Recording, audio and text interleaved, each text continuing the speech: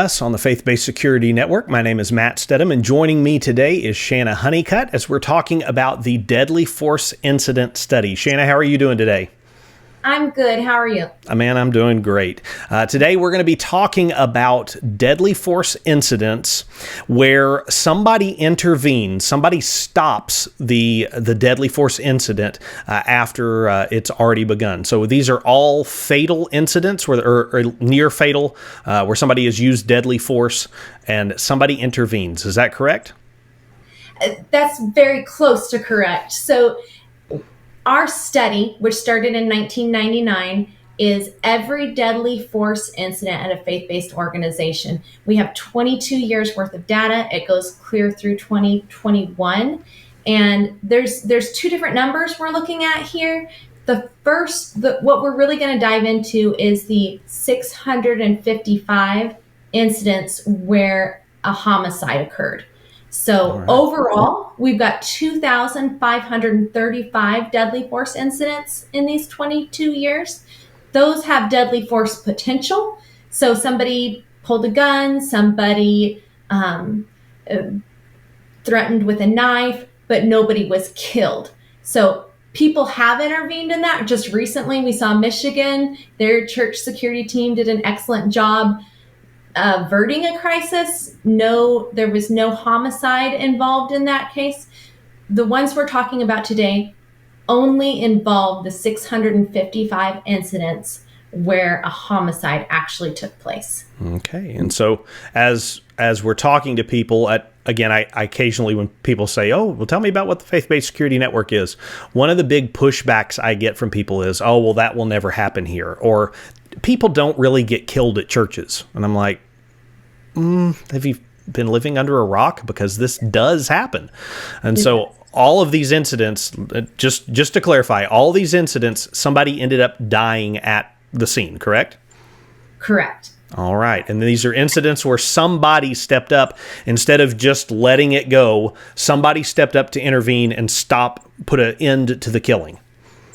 Yes, and this is part two. So if you didn't already see part one, we really broke it down, and we have, out of these 655 incidents, the staggering number is that 614 of these incidents were finished. That means that the killer was able to do and complete what he intended to do and was not stopped by law enforcement or others. Today, we're going to dive into the 19 incidents out of all 655 where the killing was stopped by others, meaning either a church security operator, a parishioner, or neighbor, something along those lines. Well, and I'm glad people are stepping up to do that, but it's still alarming to me. Again, go back and watch part one. It's still alarming to me that there's so many incidences where people simply just wait around and hope somebody else fixes the problem. But as we've learned, the people who are on scene are the true first responders. So if you're in the middle of one of these, you're going to self-rescue. You're the one that has to do something about it. So that's why we encourage our churches to be ready, willing, and able to deal with those situations as they arise. So the first one we're looking at, I think, is a pretty good example of just that. We're talking about White Settlement in Texas. So Shannon, would you tell us a little bit about that incident? Yeah, this is a man had opened fire inside the sanctuary during Sunday service. A lot of us know about Jack Wilson. If you've been involved in church security for any amount of time, you've heard Jack Wilson's story. So he had to take out the killer inside of the sanctuary. So unfortunately, 2 people did die in that incident. 2 people were killed in that incident. And then the attacker, of course, was stopped, shot and killed by Jack Wilson. Yeah, absolutely. It was a very, again, just to kind of push back at the idea of, well, our best option is to call 911 and wait. If you've watched Jack's incident, the whole thing is over in about 3 seconds. Like from the first shot to 2 people being shot, Jack drawing his gun, shooting across an auditorium of people and hitting this guy in the head. It all happens under 3 seconds. So wow. I don't think people realize how quickly these incidents unfold and how if you don't have a stop, like I'm just going to use myself as an example here, okay? I'm at a church building that is centrally located in our county, but is not inside of a city limit. So for there to be a response to our church building, best case, if we call 911 right now, we have a deputy rolling into the parking lot in 10 minutes. Yeah. In White Settlement, you have 3 people, 2 people dead. We're not going to count the criminal. He put the coin in the jukebox. He gets to dance to the tune, right? But we have 2 people killed in 2 seconds, and then Jack Wilson stops the killer in that 3rd second. It's incredible. Incredible. And it shows how important those church security operators are. I mean, they did their job. So absolutely. They were ready. Again, they were prepared, they were trained, they were ready to deal with the threat, and they did so very quickly and kept that loss of life. Again, tragic, but very limited. It's way better outcome than it certainly could have been if they weren't prepared. Yeah. The next one we're talking about, Pueblo, Colorado. Yes, this is another one from 2019. And this is heartbreaking. So in our deadly force incident study, it's all deadly force incidents at faith-based organizations or involving the senior pastor because of how deeply that affects the church. Sometimes pastors are targeted. We just have I know it just came out on the news about this serial killer that was targeting pastors. So that's a big deal too, that our church security operators need to pay attention to and try and help keep that pastor safe. But this one, like I said, it's heartbreaking. It's a senior pastor of the Lord's Vineyard Fellowship Church. It was in his home. His son was intoxicated and got into a physical altercation with his father that was the senior pastor. There was yelling, a gun went off. The mother of the attacker, the wife of the pastor, got in between them, intervening and got the gun away. But it was too late for her husband at that point, and he was killed. But sounds like it was just a horrible tragedy. So yeah, and again, we tend to think, we think churches, right? That stuff doesn't happen here, but a police officer will tell you the most dangerous calls that they go on are domestic violence incidents. This is a domestic violence incident. It just happens to spill over into the church space. And again, when you're talking about people's lives, we want people to come to church. We want broken people there, right? A church is not a hotel for saints. It's a hospital for sinners. And so as broken people come to our churches, they bring their broken mess with them. So it's one of those things we need to be aware of, that these kind of incidents, unfortunately, can spill over into the church space. We don't want them to, but the reality is it does happen. And nobody's immune. This is the senior pastor. So no, nobody is immune. That's right. When we're dealing with humans act like humans. So that's it. We're going to Minneapolis, Minnesota next. Yeah, this is in 2019 as well. So 41-year-old Ravel Carter was leaving Bible study at St. Albans Church of God in Christ with his dad and his daughter. He was shot and killed. There was a group of people in the parking lot as he was leaving church. And the victim's father that he was with returned fire. He was carrying a firearm, and that caused the attackers to flee. So it stopped the killing there because they fled because of the intervening gunfire. Yeah. And so, again, just a normal Bible study, right? Bible study's over. We're done. We didn't, no problems here. And then leaving Bible study outside the church building, this occurs. Again, again, the instructor part of me is coming out here, so I apologize, but you end up getting these churches that even if they have a security team, they only think about what happens inside the building. But every incident either starts outside and comes in or stays outside. So having somebody ready in the parking lot, ready, willing, and able in the parking lot to watch these things unfold, that's an important part of church security as well. It is. We're moving on over to Corpus Christi, Texas. Okay, this is 2018. So, and this was just a totally unexpected thing, according to witnesses and victims here. A 28-year-old had been in attendance at this church for some time, and he got elevated and stabbed and killed a 61-year-old man during a Wednesday night prayer service at Kingdom Acts Ministries, I'm sorry. And then he attacked 3 other men, and he surrendered to intervening church members. So it was de-escalation tactics that caused him to stop doing what he was doing. Wow. And again, unexpected, just not something that you saw coming, not something that you expected. Again, just a reminder to everybody out there that you don't get to pick the time or place. You don't get to, if I knew that something was going to happen at church tonight, I might consider dismissing services, or we're going to meet in a home instead, right?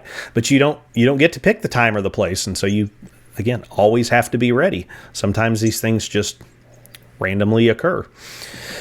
We're looking at Sutherland Springs, Texas, a name that unfortunately most people will be familiar with. Yeah, this is another one that if you have done church security for any amount of time, you know about this one, because 26 people were killed. It was the worst massacre we've ever had at a church in the United States. So, and this was another domestic spillover. But he was killing inside of the church. Stephen Williford, which you'll hear at SOS, you've probably heard him in the past. He's a good friend of the FBSN. He'll be there to share this story firsthand, so I won't get too deep into this one, but he is the neighbor that his daughter told him what was going on. He grabbed his gun, went across the street, confronted the killer, and that turned the killer's attention toward him.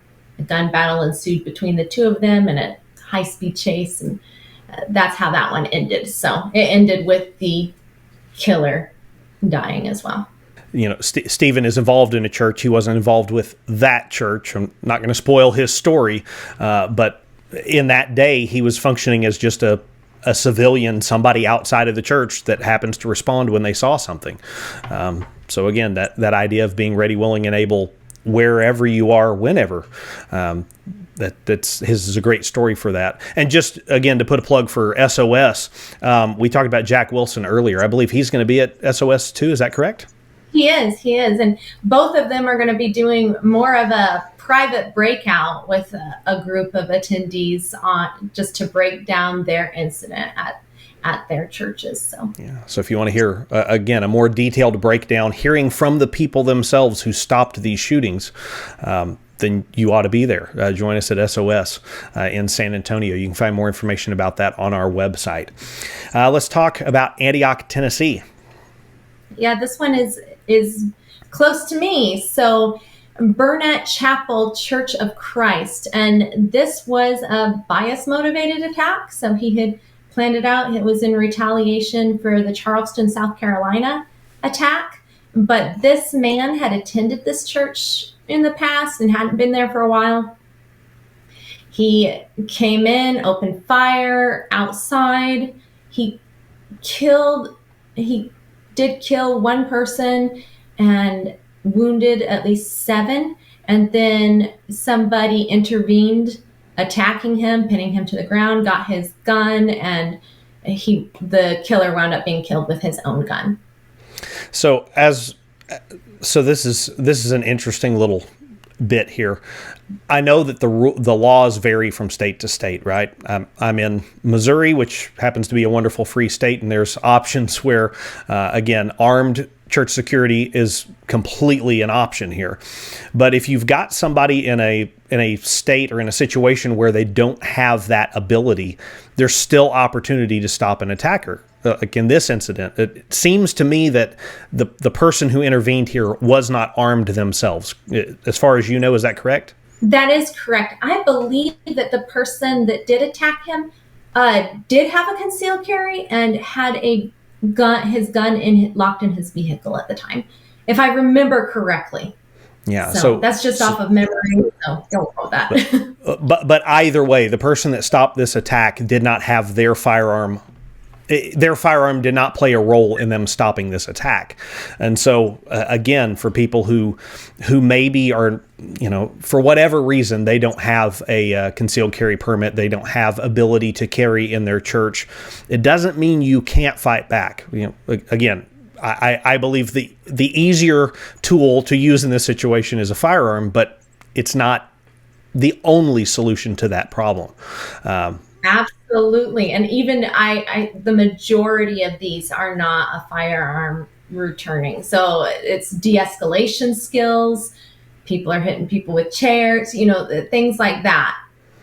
Yeah. So fighting back, no matter what tools you have at your disposal, you can fight back and you can stop a deadly force incident. So let's transition over to Seattle, Washington. This next one started with pepper spray. So the guy was pepper sprayed. So this is Seattle Pacific University, which is a free Methodist Christian university. It was the site of an intended mass murder. And it was a student, actually, that took the opportunity when this killer was reloading his shotgun, hit him with pepper spray, and then disarmed him, tackled him to the ground, and another student came and helped hold him down. One was killed and 2 others were wounded, but they stopped this pretty quickly. So. Yeah. And I'll put a plug in if your security team has not considered a non-lethal force tool. Pepper spray is a wonderful product if you get the right stuff and if you know how to use it in the right context. I used pepper spray yesterday in a defensive incident, and that's a story for another time. Doesn't have anything to do with churches, but it's something I always carry on me and always recommend for church security teams to at least consider having something like that.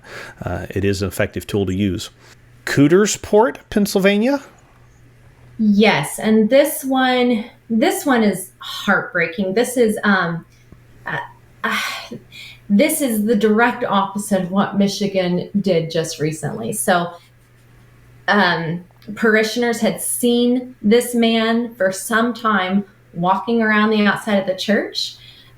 Seemed odd. Then he winds up walking into the sanctuary up to the front of the church where his ex-wife was playing at the organ and shot her. He then walked out of the church to his vehicle, walked back in, and shot her again to make sure that she was dead. It was at this time that church members tackled him, disarmed him, and waited for the police. So, yeah, that is heartbreaking. We always have this instinct within us to just try to make normal of a situation. Normalcy bias is what it's called, where we try to go, oh no, and we kind of get frozen by fear, if you will. Right. We never know quite how we're going to act, and unfortunately for this congregation, they had to witness this happen twice over a prolonged period of time before intervening within it. And this was in 2012. So there's been a lot more training, a lot more active shooter training.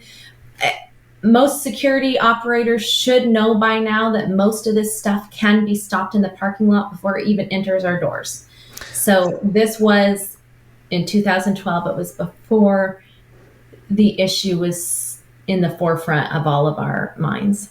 Yeah, we learn over time, right? We should learn from these incidents and have a better, more tuned response to them, for sure. Let's go to Louisville, Kentucky. Okay, this one was a neighborhood housing association that was meeting inside of Springdale Community Church. And it's just something to think about, too, whenever you're inviting others into your ministry to hold things like this. There was a Bible study going on at the same time and an athletic program. But this guy became enraged over a dispute and killed a 69-year-old. And he was subdued and taken down by retired Louisville Metro Police Department officer Ray Leeser. So not off duty, but a retired law enforcement officer stopped this killing. All right. thankfully he was there to do so.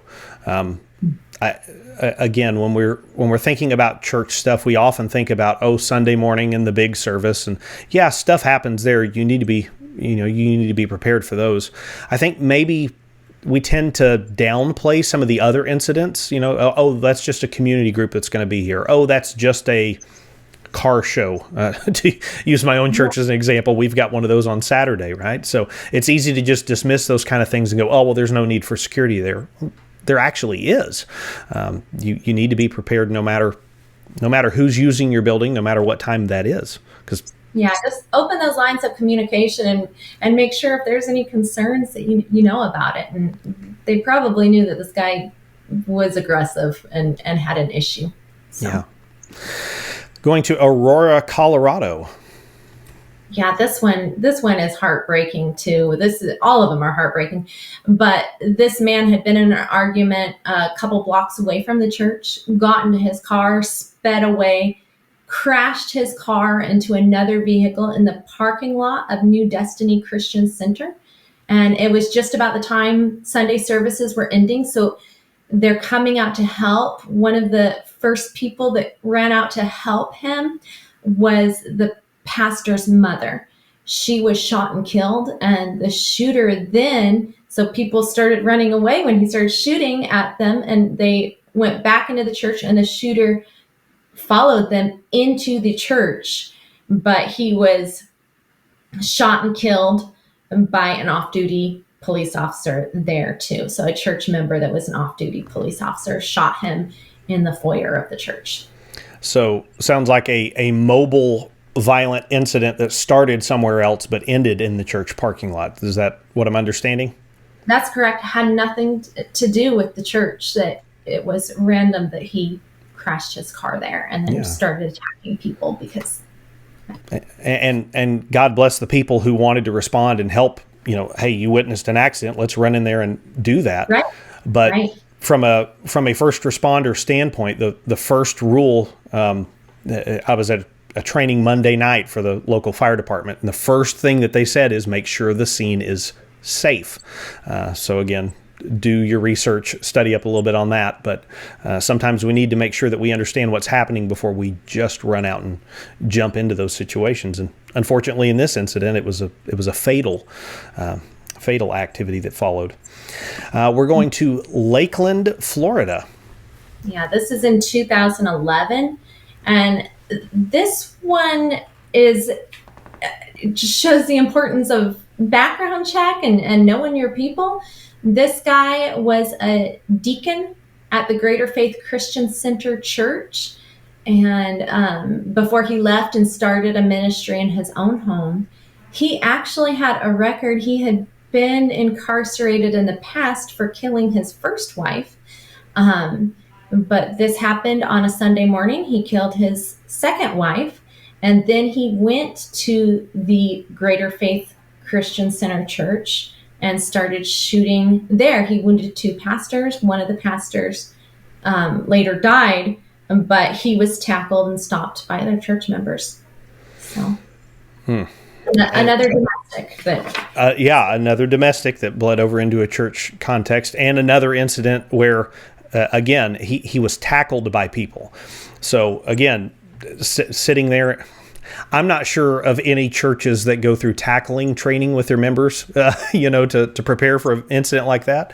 But again, it's easy for us to stand back and go, well, I don't have the training. Well, I don't know how to. Well, I don't.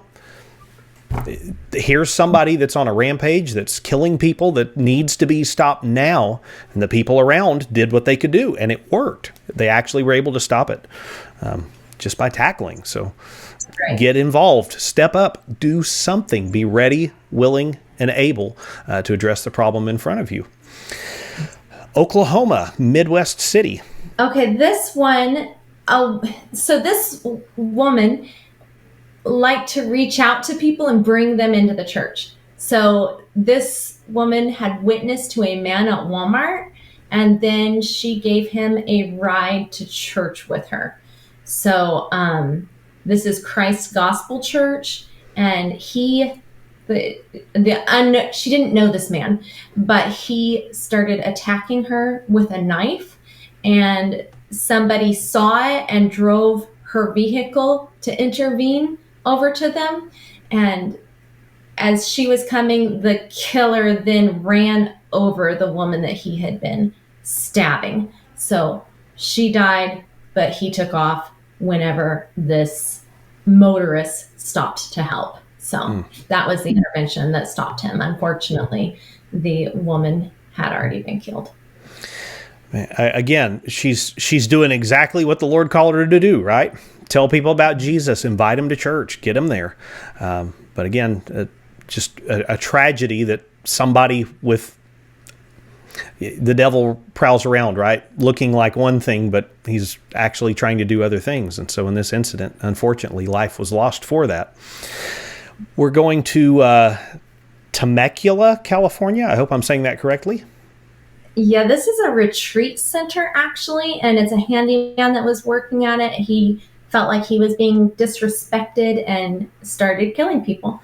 So he shot and killed two people. He shot and killed one, and then shot and wounded the second one, and then turned his attention. There were two others in the room, and we turned his attention to them. They overpowered him, took him down again. Another tackle. So another tackle, yeah. And so again, we don't always know who it is that's going to be involved in that incident. Just an employee, a contractor, or a worker there trying to do something. So again, I guess this would almost fall under workplace violence, where again the context happens to be a faith-based organization, but it's could fit into multiple categories there. Right. We're dealing now with Maryville, Illinois. Yeah, and we're in 2009, so we're getting close to the beginning of our study. But this is, as a pastor was preaching, this guy shot and killed him, and then the congregants quickly wrestled the attacker to the ground. The attacker was fighting them with a knife as they took him down, so they were hurt as well, but they stopped the shooting. So. And again, just another plug, we keep seeing a lot of these knife attacks. For the longest time, I used to think, oh, well, it's a knife attack, so it's not as bad. I am more terrified of a knife attack these days than I am a firearm. That if you've ever seen one, if you've ever been up near one, awful what can happen in these situations. Knoxville, Tennessee. So this is a good example of normalcy bias too, but I mean, it looked like a normal situation. The guy brought a gun inside of the Tennessee Valley Unitarian Universalist Church. So it was concealed inside of his guitar case. He opened it up and then opened fire. He killed 2 and wounded 5. That's a lot of people that he killed, but only 3 shots went off in this before he was stopped by congregants that tackled him. So question, and you may not know the answer to this, but did this person, this attacker, did he have any previous encounters with this church? Was he a regular attender? Was he just a complete stranger off the street?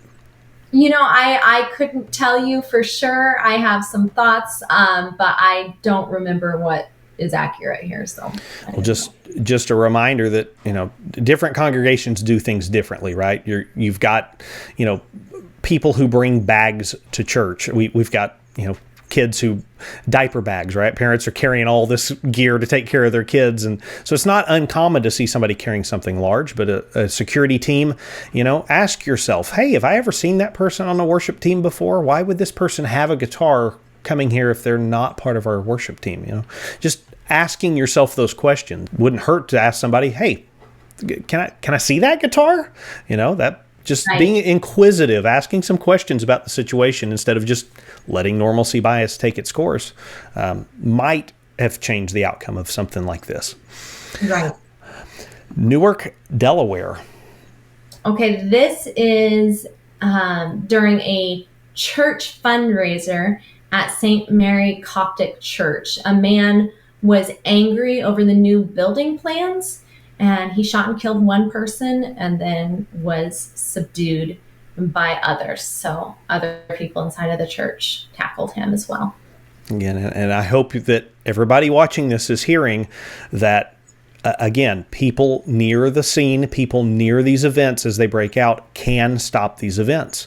Don't just stand by. Don't just let things unfold. Again, go back and watch part 1 of this if you want to see the problem with that. How many of these incidents just run their course? But these are incidents where people stepped up and got involved and did something to stop it. Trained or not, armed or not, get involved, protect your family. Colorado Springs, Colorado. Okay, yeah, this brings it home to one of the presentations I do on the Deadly Force Incident Study is it's not just numbers. These are people, and this one was my own church. This is in 2007, and the killer had killed 2 people at Youth with a Mission, and then driven down that Sunday morning to our church. And came in as the last service was letting out. And he killed 2 more girls there in the parking lot before shooting into the doors. And we had an armed security team, and he was stopped within 6 feet of coming into our church by an armed security guard, Jean Assam. My dad, Carl Chinn, was in the hallway that day. My sister had just ran down that hallway before the shooting had started. We kind of skipped down the hallway. These are people that we love, and it brings the importance of this study, shows how important this study is to me. Yeah, absolutely. Your own church and your own father involved in that. We need to realize that as we're part of a faith community, as we're part of, doing God's work here, we have a family around us. And so the more that we wrap our minds around our church is a family, we need to protect our family. And thankfully, in your church's situation, that happened very quickly and very well responded to. We're going to Wellington, Ohio. This is another just horrible tragedy, domestic inside of a home, but it involved the senior pastor. So this is a 16-year-old upset about losing his video games, which is strangely the same thing that happened at my church. That was one of his complaints, was his parents were counseled to take his video games away. That's why one of the reasons he didn't like our church. But this 16-year-old that was upset about video games shot and killed his mom while she sat on the couch, and then shot his dad. The killer's sister and her husband were visiting that night, so they came and knocked on the door. The 16-year-old told them that the parents were asleep or something along those lines, told them not tonight. And the sister could hear some gurgling, so she forced the door open. And the senior pastor father was saved. He survived this, but it was because that sister pushed through and made sure that things were okay. And it's just amazing what can set people off. Video games. That's 2 incidences where just parenting, right? It's tragic, horrible. And the last incident that we're going to look at for this episode is going to be in Fort Worth, Texas. Yes, 1999. So our study started in 1999. So there were incidents before this, but this is the first one that we have recorded where intervention stopped the killing. And this was an awful one. An attacker walked into the church service at Wedgwood Baptist Church. He shot and killed 3 adults and 4 young people. And then he threw a pipe bomb that exploded, throwing shrapnel everywhere. And it was a 19-year-old that walked up to the gunman and told him to stop. And at that point, the killer turned the gun on himself and killed himself. So that intervention, I don't know, de-escalation or just somebody standing up to him, that stopped the killing. Mm-hmm. And that's just, for me personally, that's the event that really got my attention with church security. I remember where I was when I heard about that attack, and again, just thinking, man, how in the world could something like that happen, and something so violent and somebody so intent on taking life. again, it's not something pretty to think about. It's not something that we should dismiss because it's uncomfortable. We need to realize that these types of events can and do happen. We just looked at 19 of them. And so I'll ask you a question real quick here, Shanna. What do you think is the biggest takeaway from looking at these events in this study that we've looked at in this episode? You need to act. The intended victims have to act. You can't wait for law enforcement. They do an excellent job. They stopped 22 of these killings. But the best line of defense is that you act. You have a team ready, willing, and able, as the FBSN puts it, to stop that threat. When seconds count, first responders are minutes away. The people on scene are seconds away from the response. So being ready, willing, and able. And give your people confidence in the job that they're going to do to stop them. And I just got to put a plug in for our Security Operations Summit right now, because that's the best investment your church can make into the security of your ministry. So send some people that are protectors to this conference so that they can gain the skills and the confidence to do the things that they're called to do. Absolutely. If they can be there for that Wednesday, that pre-event intensives, they're going to get some really good hands-on training, being able to take some of those skills back to the churches and apply them. Again, show up, bring a church van full of people, and come to that day. Get some good training. Hear some stories from people who have stopped these incidents. Again, it's going to be a wonderful event. I'm so looking forward to it, and seeing you there, Shanna. So let's wrap it up on that note, all right? All right. Thanks. Hope we see you guys there. Thank you, guys, and we hope that you stay ready, willing, and able to defend your families.